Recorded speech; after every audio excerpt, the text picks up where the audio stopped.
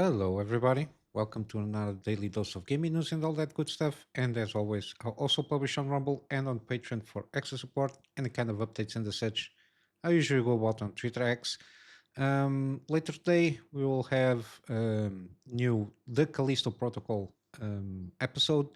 I also, just to give an update, already did kind of a channel update going through what I plan to do, at least for the foreseeable future in the first half of this year. And yeah, basically that's it. Complete gameplay series. There is here everything on the main page of the channel, including Midnight Suns episode. It was the most recent completed gaming series there. Other than that, let's go to the news. Um, Interesting. There seems to be a little bit of rumor information regarding the upcoming UDNA kind of unified architecture from AMD than what we have in terms of RDNA 4 in terms of information. Again, we'll be seeing here and there some logos from AIBs, but there is no specifications even on the listings that we've been seeing here for pre-orders of the RDNA 4 GPUs. The only thing that is consistent is supposedly the 9070 XT and non-XT will have 16 gigabytes of VRAM, and basically that's the only information that we have. No information from AMD regarding any kind of date for the presentation of RDNA 4 in conjunction with FSR 4. Yeah, it's a shame. They completely, for lack of better terms, they fucked up the CS keynote and how they went about it, trying to, I don't know, now excusing that everything is part of the plan of they are waiting for a good opportunity to undermine Nvidia's launch again. I really don't understand they really need to ramp up the game in terms of the marketing part of things, because they are not doing any decent job regarding the marketing of their own products there. Yeah. Other than that, regarding this, what is going to be UDNA, which is the overall plan that we saw an interview from Jack Yoon. He was at the keynote there on CS, but we got some interviews a couple of months ago, give or take, talking about this UDNA. So putting the unified architecture in terms of facilitate the engineering of at least on the desktop CPUs and the GPU side of things, put everything inside of the same architecture, let's say. Supposedly it can meld or gel better, um, uh, at least on the APU side of things, because there, given that everything is unified, there's no like a communication. Everything can be built from the ground up to be in conjunction from the CPU side of things and the GPU side of things, way better. And supposedly, to a certain degree, it's like it was before. AMD, I think only after they acquired basically Radeon, they have basically this RDNA architecture and CDNA architecture. Now everything is going to be unified, and I think they are going to implement this in the next generation of CPUs and GPUs. So it will be the Zen 6 and lack of better term, RDNA 5.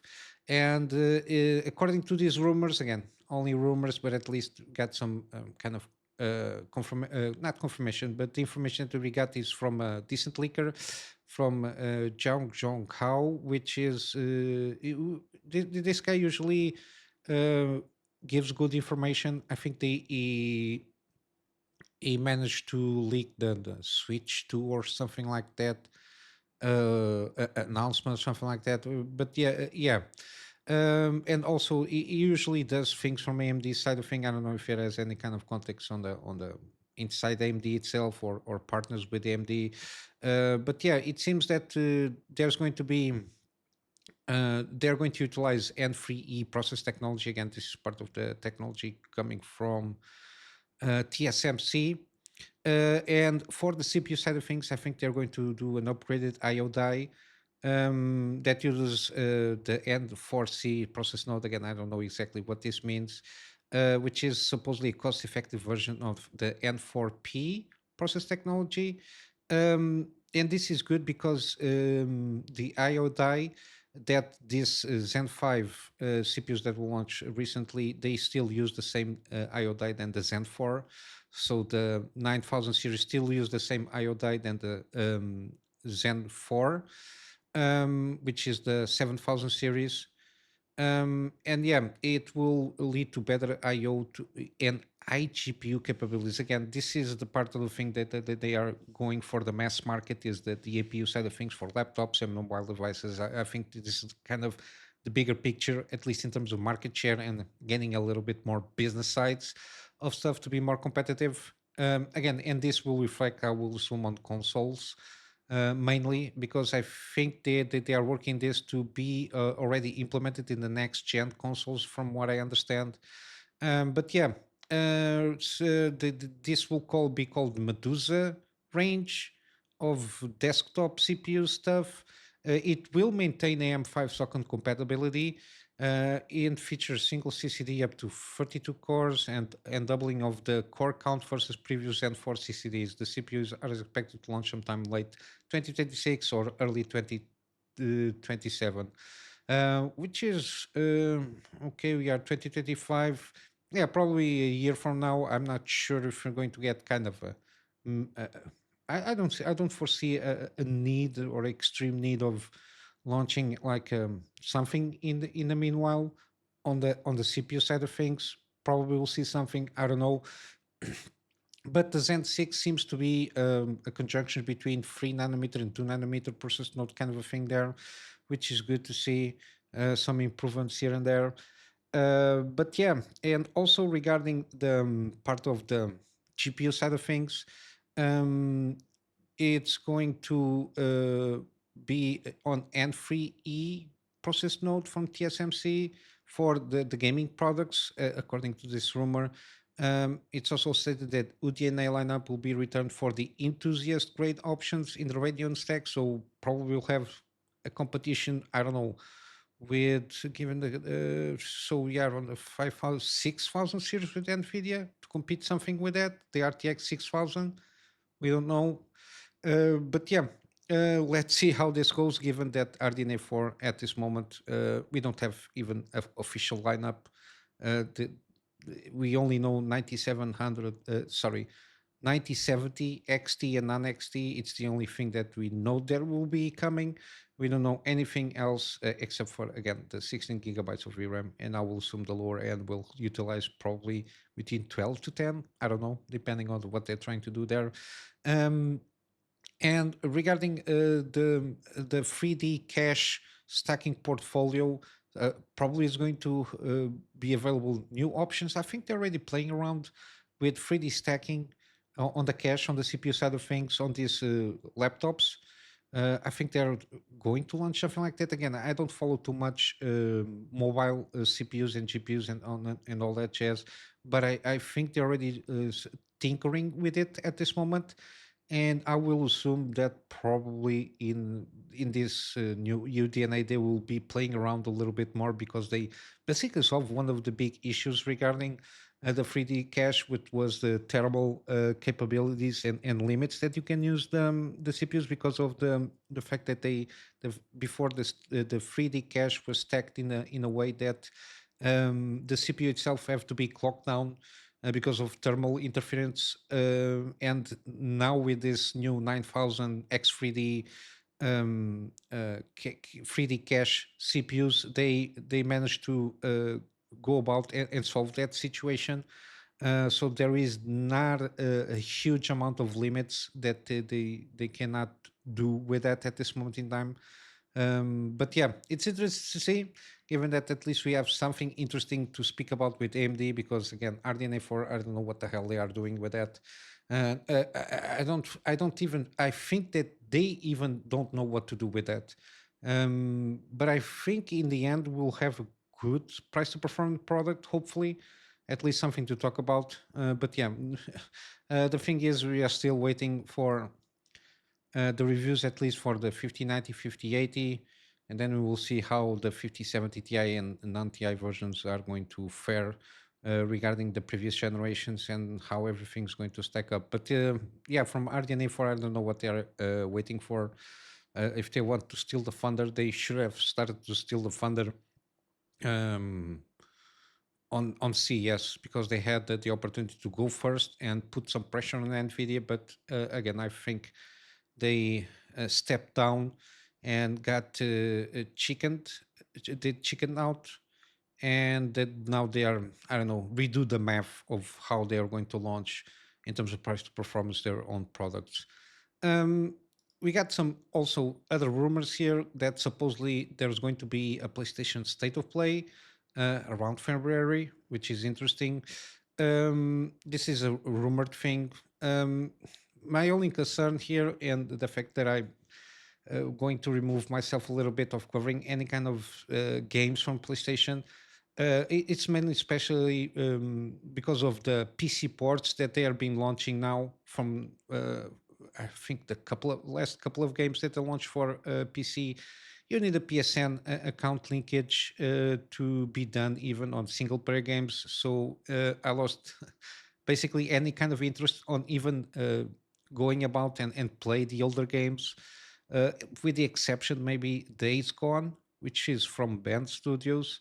That game seemed relatively interesting, which is that open world zombie post-apocalyptic game with some interesting AI stuff that they tinker around there, and I think the game seems pretty good.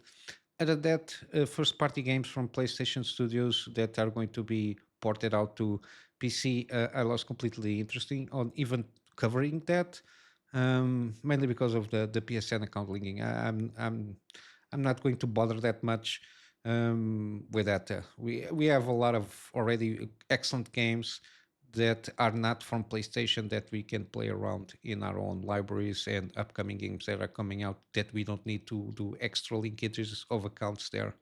And continue with Sony, they basically also canceled the live service games that they were working on, especially the one from Bluepoint Games, which supposedly was a God of War live service game. I don't know what they had in their mind. And also from Band Studio that I mentioned like a couple of seconds ago, they were also working on the a live service game, even though that there is no IP. I don't know if they were pushed to work on that Days Gone franchise, kind of a live service game. But yeah, the both projects were canceled. Again, even though they keep reiterating they are working on live service games, and the fact that the from Concord and those kind of games that they just fail miserably, I think they reached the point that live service is not that easy. It's a lot of money, that especially if you don't know how to do a good live service game and you try to follow trends, yeah, you're not going to do a good job at it. And especially on Bluepoint, which is the studio that usually ports or do remakes of older games from PlayStation. Being the latest one that Bluepoint did was, or at least one of the latest ones, was Demon Souls remake, which, for all intents and purposes, seems to be a good game. But yeah, Band Studio, from what I understand, they don't have a lot of any kind of experience doing any kind of multiplayer games, especially with Days Gone, which is a single player game. Yeah, I don't know what they're thinking about it. I think it was something that was building up for a few years now, at least a couple of years. But I think they cut the projects in a good state of not being that advanced in terms of development, that they have to double down on that, to the how did he calls the sunk fallacy philosophy there, which is I already spent this much money, might as well spend a little bit more and launch the game and wait for the best. Yeah, they basically said that was after a following a recent review kind of a thing there. So yeah, they just starting to pull the plug on these kind of live service projects. Again, they were over investing too much on that. At least that's my perception there. Hopefully, we'll get some good single player games. You don't need to put huge amounts of effort, or at least a lot of resources, to make a good single player game. And I think they should play to the strong points sorry, I completely messed up this. They need to play to the strengths of the studios that they have, and not just to make them do things that they are not very good at. We saw the case in the part of Warner Brothers regarding Rocksteady and the Suicide Squad, Kill the Justice League shenanigans, and fiasco that was that game. I think it's a lesson that needs to be learned from this kind of corporate suits on the C-suites, that they just think about money, money, money without even interested in putting out decent products to make that money. But yeah, two more live service canceled before they being launched, which is to a certain extent good. So you don't burn the brand of Sony. I think it's better now than just launch something like Concord, which is almost, I don't know, at least 500 to $600 million failure. But yeah, in other stuff we got in the last couple of days, there was something regarding Kingdom Come Deliverance 2 being banned in Saudi Arabia. Again, I didn't cover this because I thought it a little bit weird, especially with even with stuff coming from other languages. We got the things, for example, with Game Science and Black Myth Wukong before even launch. The post that people were machine translating and misinterpreting those translations, and the fact that those translations don't have any kind of cultural context on how the language is spoken and written. The same thing is applicable to Arabic. Arabic needs a lot of context when translated. It doesn't serve a lot of purpose being machine translated, mainly because you might get a sense of things, but when you speak in a certain way, or things with more context and things more nuanced, the machine translation loses a lot of the meaning of what people are saying in Arabic to what people might be translating to English. And I think this is basically what is happening here. Um, Mainly because the people were talking about unskippable gay scenes. The matter of fact is that even in the original Arabic, I didn't translate it myself. But yeah, it seems that there is no mention on even on machine learning translation any mention of unskippable gay scenes, which is odd because all the fuss was about that. What it can be interpreted in several ways. The original Arabic is the mention of showing anomaly scenes that cannot be tolerated, and skippable scenes of deviants in story mode, or showing deviants scenes that cannot be tolerated. Again, it's a little bit on the moral side of things. And yeah, as I mentioned, machine translation do not mention the term gay or unskippable gay scenes, basically.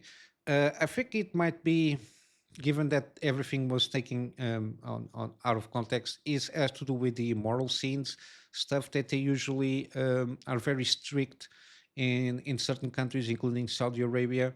And I think it might be, I don't know, some sex scene which is very explicit with, I will assume, nudity, and I will assume it's taking into account the culture of Saudi Arabia and the faith, Muslim faith. Usually, it's not allowed to have sex with somebody that you're not married to.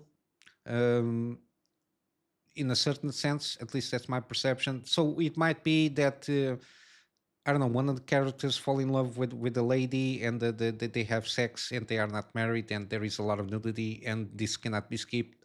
I tend to believe more than that, that something that it's gay sex scenes. Again, I think it was trying to get some coverage and some attention regarding this situation. I think it's more about that. Even though we don't have not a, no, it's not a proper comment, but we don't have a direct comment on this situation or clear up from the studio itself. I think it's they do go about it in a very weird way, which basically is if you want to know anything about our game, you can watch it by yourself. Really, it was a bold move by marketing when we sent the review codes because we allowed everybody to use their own footage again. But I think this has to do more with the preview stuff, the codes that they sent, because we already have some previews that people were able to play at least 10 hours of the game. I think it's more about that, the fact that there is this probably a couple that is not married. They have a sex scene, and that a sex scene it's very explicit with some, I will assume, nudity, and the couple is not married. And again, and the fact that it's unskippable also, and the fact that they are not changing or censoring this kind of scene in any way for. In this case, Saudi Arabia, they are going to ban the game. I think it's more something in those lines than it's what people were trying to make it, which is unskippable gay scenes. Again, a lot of it has to do with the DEI stuff and the woke stuff, and discussion that is going around for some time now. Uh, Again, taking into account that the first game was, from what I understand, relatively historical accuracy there on the game. Even though, again, since the medieval times, there's been some gay people, which I don't have anything against. But yeah, usually, yeah, I think it might be more on those lines. But again, only after the review, and if somebody managed to play and reach that scene itself, we have a better idea what this is all about. Until then, I will have to assume that it's something that I already mentioned there, and that's why the game is banning. The game is being banned in Saudi Arabia. And then lastly, I lost here a couple of tweets that the Dawnwalker game launched here with some context regarding the new character, and also to remove some doubts that people might have still regarding some gameplay mechanics. They launched here. They've been posting. I think I was following them, but I need to recheck that. But yeah, we've got a little bit more backstory here. Gives us probably a good insight of the motivations of the main character we're going to play, which is Cohen. We got also the main antagonist, the big bad guy, which is Brancis. Interesting enough, he comes from the Roman Empire from AD 131, and give us a little bit of again also their motivations there. And I think what people didn't understand very well was the mechanic of the fact that you have 30 days and nights in game to complete the main goal, which throwing and defeating branches. I think I mentioned this already covering this game. um, the fact that the time passes, I think the time is kind of a resource in the sense that uh, while you do any kind of missions, I think that's the best way to describe it. Time will only pass, counting for those 30 days and nights, time will only pass when you do missions. It will not pass while you're, for example, exploring, or I don't know, exploring and going treasure hunt or something like that. I will assume interactions with characters will also, as long as it doesn't count going through the mission itself. I think time will not pass unless you are going to do missions that might cost like several hours, depending on what kind of a mission you are doing. For example, one mission might only cost 1 hour of your day. Other missions might cost like 12 hours, depending of how many steps we have to go through. So I think the resource of the time as passes by, it's only while you do the missions. And I think you can, from my understanding, you can also take as long as you want to take within the mission itself, because the time is fixed for each mission, the time resource there. At least that's my perception of the time mechanic, and it seems what they are saying here. Um, and every quest you finish will move the time forward, but exploring the world doesn't. So as long as not doing any kind of missions, you're not advancing in time per se in game, which is something interesting because it gives players this 30 days night cycle to complete the game, let's say, So you have to do that time management in a way that you basically you cannot complete the game or do everything that it can be done on a game in one playthrough. So you have to explore other ways that you can go about missions and maybe unlock like different missions. So the replayability of the game itself is increased and basically allows people that have completely different gameplays playthrough, sorry, each time that they go about something, which is very interesting by itself. Again, I think it might not be for everybody. Usually, people like to do something like Skyrim, which is do everything in one playthrough. In a certain sense, but I will assume when the game comes out, there are going to be probably some mods that will unlock this limit of the 30 days, 30 nights. I will assume that is something that can be done. But other than that, I think it will give us a little bit more time management. To a certain degree, it seems very similar of the Persona games, how you need to manage time when you do missions. Because, for example, Refantasio, Metaphor Refantasio, I think it also has this kind of mechanic, which is comes from the Persona games, which you cannot do every mission in one playthrough because you're getting constrained in a certain way the time that can be used to do stuff in game.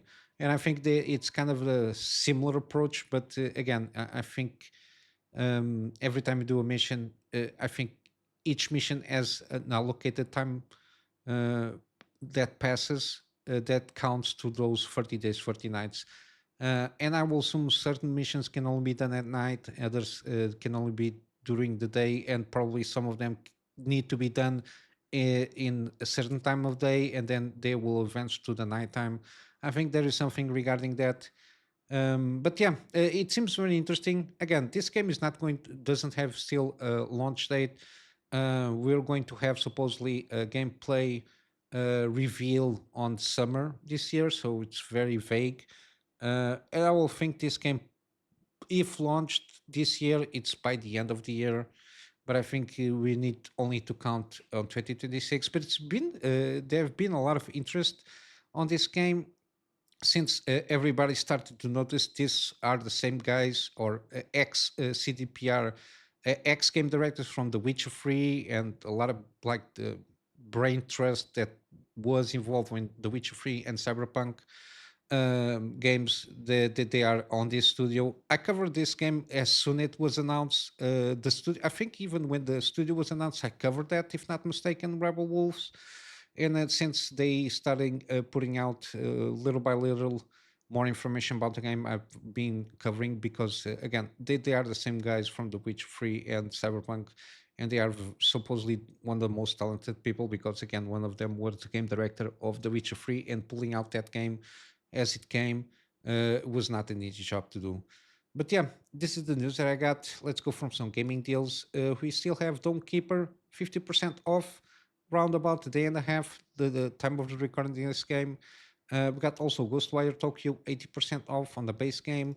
We got Dredge. This is the digital deluxe edition, is 40% off.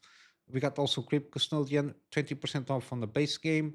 We got also 50% of SnowRunner, and basically around kind of the same discount on all the versions here.